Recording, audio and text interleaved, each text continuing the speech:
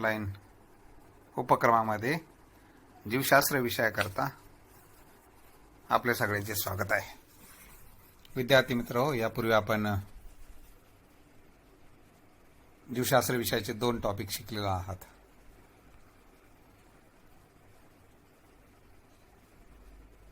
Padma Bhushan doctor Karmaveer Bhaurao Patil यांनी स्थापन केलेली रयत शिक्षण संस्था आणि त्या संस्थेचं आपलं हे SHGM कॉलेज, या संस्थेला आपल्या 100 वर्ष पूर्ण झालेली आहे. मागील वर्षीच शताब्दीनंतर आपण हे 101 वर्ष सुरू करतो आहे आणि कोरोनाच्या या पॅन्डेमिकच्या परिस्थितीमध्ये आपण हे ऑनलाईन शिक्षणाचा उपक्रम सुरू केलेला आहे SHGM कॉलेजच्या मार्फत. तर त्यामध्ये तुम्हा लोकांचा सगळ्यांचा उत्कृष्ट असा सहभाग पाहून आम्हाला आनंद होत आहे. खूप चांगला रिस्पॉन्स तुम्ही सर्व विद्यार्थ्यांनी या ठिकाणी दिलेला आहे, याचं निश्चित आपल्याला कौतुक आहे. असो, जीवशास्त्र विषयामध्ये मी कातकडे सुरेश भाऊसाहेब आपल्या सर्वांचं स्वागत करतो आणि आपण सुरू करूया आपला हा नवीन टॉपिक, एक्सक्रीशन अँड ऑस्मोरेग्युलेशन. जसं की तुम्हाला माहीत आहे की पॅन्डेमिकमुळे कॉलेज न झाल्यामुळे काही भाग कमी केलेला आहे. इतर बऱ्याचशा टॉपिकमधले भाग कमी करण्यात आलेले आहे, परंतु आपला हा जो टॉपिक आहे या टॉपिकमध्ये कुठलाही भाग कमी करण्यात आलेला नाही. म्हणजे हा जो एक्सक्रीशन अँड ऑस्मोरेग्युलेशन टॉपिक आहे याचा संपूर्ण भाग आपल्याला अभ्यासासाठी असणार आहे आणि त्यामुळे आपण हा सर्व भाग या ठिकाणी स्टडी करणार आहोत. अगदी from first word to the last word या पद्धतीने आपण याचा अभ्यास करणार आहोत. ही डायग्राम या टॉपिकच्या सुरुवातीला मी तुम्हाला दाखवतो इथे समोर. मला वाटतं तुमच्यापैकी बऱ्याच विद्यार्थ्यांना ही डायग्राम लक्षात आलेली असेल कशाची डायग्राम आहे. तर 9वी आणि 10वीमध्ये मानवी उत्सर्जन किंवा ह्युमन एक्सक्रीटिव्ह सिस्टीम ही तुम्ही स्टडी केलेली आहे. किमान त्याचे ऑर्गन्स तुम्हाला माहीत आहेत. या डायग्राममध्ये 2 किडनीज आपल्याला दिसत आहेत. या किडनीपासून निघणारे हे युरेटर आहेत. त्यानंतर युरिनरी ब्लॅडर आहे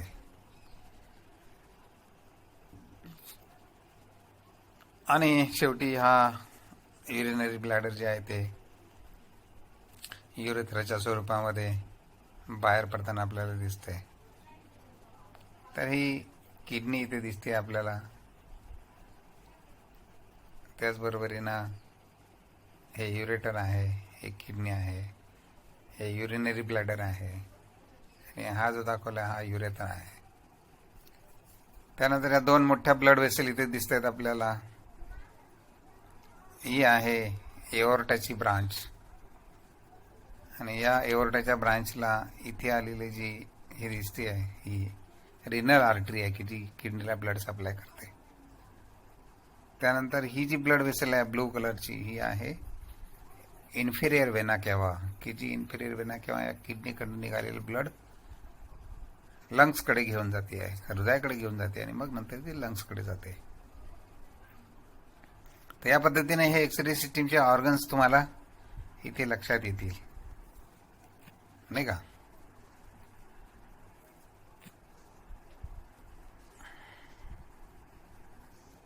तर ही डायग्राम तुम्हाला दर्शवण्याचा उद्दिष्ट काय आहे की तुम्हाला याची नावं किमान सांगता यायला हवीत, अशा अर्थाने तुम्हाला ही डायग्राम दाखवलेली आहे. आता बघूया आपण या एक्सरे सिस्टीमच्या संदर्भात आपल्याला जी माहिती दिलेली आहे टेक्स्टबुकमध्ये त्याप्रमाणेच आपण जाणार आहोत. यातले बरेचसे शब्द हे अत्यंत महत्त्वाचे आहेत आणि CETच्या दृष्टिकोनातून आपल्याला ते उपयोगाचे आहेत. पहा, आता एक्सक्रीशन या सिस्टीमचा किंवा एक्सरे सिस्टीमचा संदर्भ मेटाबॉलिझमची आहे. त्यामुळे मेटाबॉलिझम म्हणजे काय आहे हे आपण समजून घेणं गरजेचं आहे. तर पेशीच्या अंतर्गत ज्या एकूण सगळ्या घडामोडी चालतात, सेल्युलर प्रोसेसेस चालतात आणि या सेल्युलर प्रोसेसमुळे जे प्रोडक्ट निर्माण केले जातात आणि त्याचे वेस्ट तयार होतात या प्रोसेसमुळे जे प्रोडक्ट तयार होतात आणि याच प्रोसेसमुळे जे वेस्ट तयार होतात, ही जी सगळी क्रिया आहे, या क्रियेला मेटाबॉलिझम असं म्हणायचं. तर मेटाबॉलिझममध्ये 2 भाग आहेत. पहिला भाग म्हणजे एक ब्रेकिंग डाऊन प्रोसिजर, त्याला म्हणायचं कॅटाबॉलिक ॲक्शन्स किंवा कॅटाबॉलिझम. आणि दुसरं जे आहे ते एनाबॉलिझम, की ज्याच्यामध्ये बिल्डिंग अप प्रोसेस, नाही का. उदाहरणार्थ आपण समजा जेवताना जे अन्न घेतो ते अन्न आपल्याला ऊर्जेच्या स्वरूपामध्ये वापरायचं आहे. म्हणजे काय करायचं, डायजेस्ट सिस्टीममध्ये सिम्प्लिफाईड झालेले जे फूड आहे ते फूड ब्रेकडाऊन करायचं. ही झाली कॅटाबॉलिक प्रोसेस. आणि ह्या ब्रेकडाऊन केलेल्या फूडपासून एटीपी तयार करायचे, याला म्हणायचं एनाबॉलिक प्रोसेस. तर कॅटाबॉलिक आणि एनाबॉलिक दोन्ही प्रोसेस एकत्रित मिळून काय तयार होतं, मेटाबॉलिझम तयार होतं. मग या मेटाबॉलिझमचे काय प्रोडक्ट आहेत,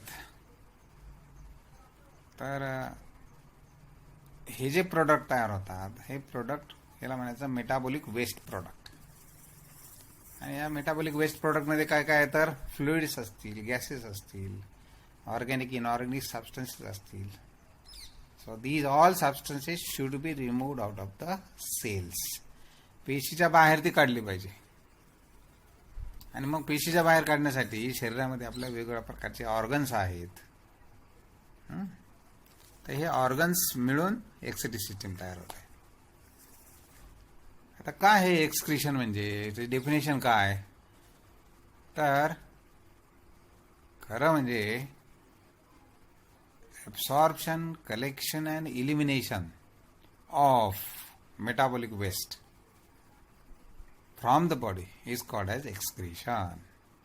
पुस्तकात जरी आपल्याला साधी वाक्य दिली असेल तर आपल्याला त्यामध्ये हे ॲड केलं पाहिजे. आपलं हे शरीर असंख्य पेशीनं बनलेलं आहे. Billions and trillions of cells are there.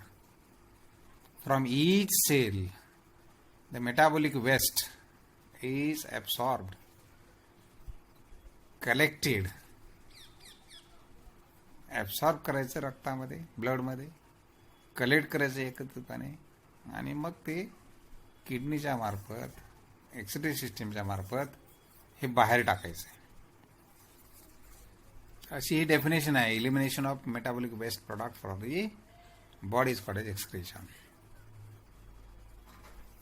आता वेस्ट प्रोडक्टमध्ये तुम्ही म्हणाल डायजेस्टिव्ह सिस्टीममध्ये सुद्धा वेस्ट प्रोडक्ट तयार होतात, पण मग याला मेटाबॉलिक वेस्ट असं म्हणायचं का, तर नाही. आणि डायजेस्टेड फूड जे आहे ते फिकल मॅटरच्या स्वरूपामध्ये शरीराच्या बाहेर टाकलं जातं, आणि हे पदार्थ कधी पेशीमध्ये प्रवेश करत नाहीत. Unabsorbed or undigested food that is passed out of the body, and they never enter within the cell. But the metabolic waste products are produced within the body cells. The excretory waste product produced in the human body, त्यामध्ये fluids like water, gases like CO2, nitrogen based like ammonia, urea, uric acid, creatinine. त्याचबरोबरीनं हे जे काही आपण क्षार घेतो त्यामध्ये salts of potassium, sodium, calcium किंवा minerals, all the substances when present in excess amount that are passed out of the body through the urine, faeces or the sweat. आणखी काही वेस्ट प्रोडक्ट आहेत, त्याच्यामध्ये पिगमेंट्स आहेत. आपल्या शरीरातलं जे haemoglobin आहे, respiratory pigment, याचं सातत्याने ब्रेकडाऊन होत असतं आणि त्याचं रूपांतर बिलिरुबिन आणि बिलिरुबिन, त्याचप्रमाणे युरोक्रोम. तर यातलं बिलिरुबिन जे आहे ते फिकल मॅटरच्या मार्फत बाहेर टाकलं जातं, आणि युरोक्रोम जे आहे ते युरिन मार्फत बाहेर टाकलं जातं. तर नीटला किंवा सीईटीला आपला असा प्रश्न येऊ शकतो, how the urochrome is eliminated out of the body. पर्याय येतील त्याला तुम्हाला, फिकल मॅटर, दुसरं असेल युरिन, तिसरं असेल ब्लड, चौथा असेल आणखी काही वेगळं का स्वेट वगैरे असं. त्यामध्ये आपल्याला urochrome is eliminated through the urine असा करेक्ट पर्याय हा देता आला पाहिजे. त्यानंतर आणखी काही अन्नपदार्थ जे आहेत, व्हेजिटेबल्स आहेत, त्याच्यामधून आपल्याला काही पिगमेंट्स मिळतात, तर तेही पिगमेंट्स शरीराच्या बाहेर टाकायला लागतात. त्याचबरोबरीनं हॉर्मोन्स असतील, एक्सेस विटॅमिन्स असतील, ड्रग्ज असतील किंवा स्पायसेस असतील, तर हे सुद्धा शरीराच्या बाहेर टाकण्यासाठी आपली एक्सिडी सिस्टीम ही काम करत असते. आपलं शरीर जे आहे ते एक्सेस कार्बोहायड्रेट्स असतील, फॅट्स असतील ते स्टोअर करू शकतो. तुम्हाला माहिती आहे कार्बोहायड्रेट हे ग्लायकोजनच्या स्वरूपामध्ये लिव्हरमध्ये स्टोअर केले जातात. फॅट्स त्वचेच्या खाली स्टोअर केले जातात. पण प्रोटीन जे असतील त्याचं रूपांतर अमायनो ॲसिडमध्ये केल्यानंतर डायजेशन झाल्यानंतर हे जे अमायनो ॲसिड आहे ते जास्ती प्रमाणात आपल्या शरीरामध्ये स्टोअर करता येत नाही. आणि म्हणून हे अमायनो ॲसिडचं रूपांतर हे ब्रेकडाऊन करून डिअमायनेशन करून त्याचं रूपांतर हे लेस टॉक्सिक फॉर्ममध्ये केलं जातं. अमोनिया ग्रुप त्यातला बाजूला केला की त्याचं रूपांतर हे अमोनिया ॲसिडचं रूपांतर हे अमोनियामध्ये केलं जातं. पण आता हा जो अमोनिया आहे हा देखील खूप टॉक्सिक आहे पेशींना. आणि म्हणून हा जो अमोनिया आहे याचं रूपांतर लेस टॉक्सिक सबस्टन्समध्ये केलं पाहिजे, like urea or uric acid. आणि त्यासाठी ही सिस्टीम काम करते. त्यानंतर क्रिएटिनिन फॉस्फेट जे आहेत हा अत्यंत महत्त्वाचा घटक आहे शरीरामधला की जो स्केलेटल मसलला एनर्जी पुरवतो. आणि त्याचं सातत्याने ब्रेकडाऊन होऊन त्यापासून क्रिएटिनिन तयार होतं. तर हा जो क्रिएटिनिन आहे ह्याचं प्रमाण युरिनमध्ये किंवा शरीरामध्ये किती प्रमाणात आहे याच्यावरनं आपल्याला रिनल फंक्शनची टेस्ट करता येते. जर या क्रिएटिनिनचं प्रमाण कमी अधिक झालं तर असं समजायचं की रिनल फंक्शन हे आपले डिस्टर्ब झालेले आहेत. तर इथे आपल्याला ही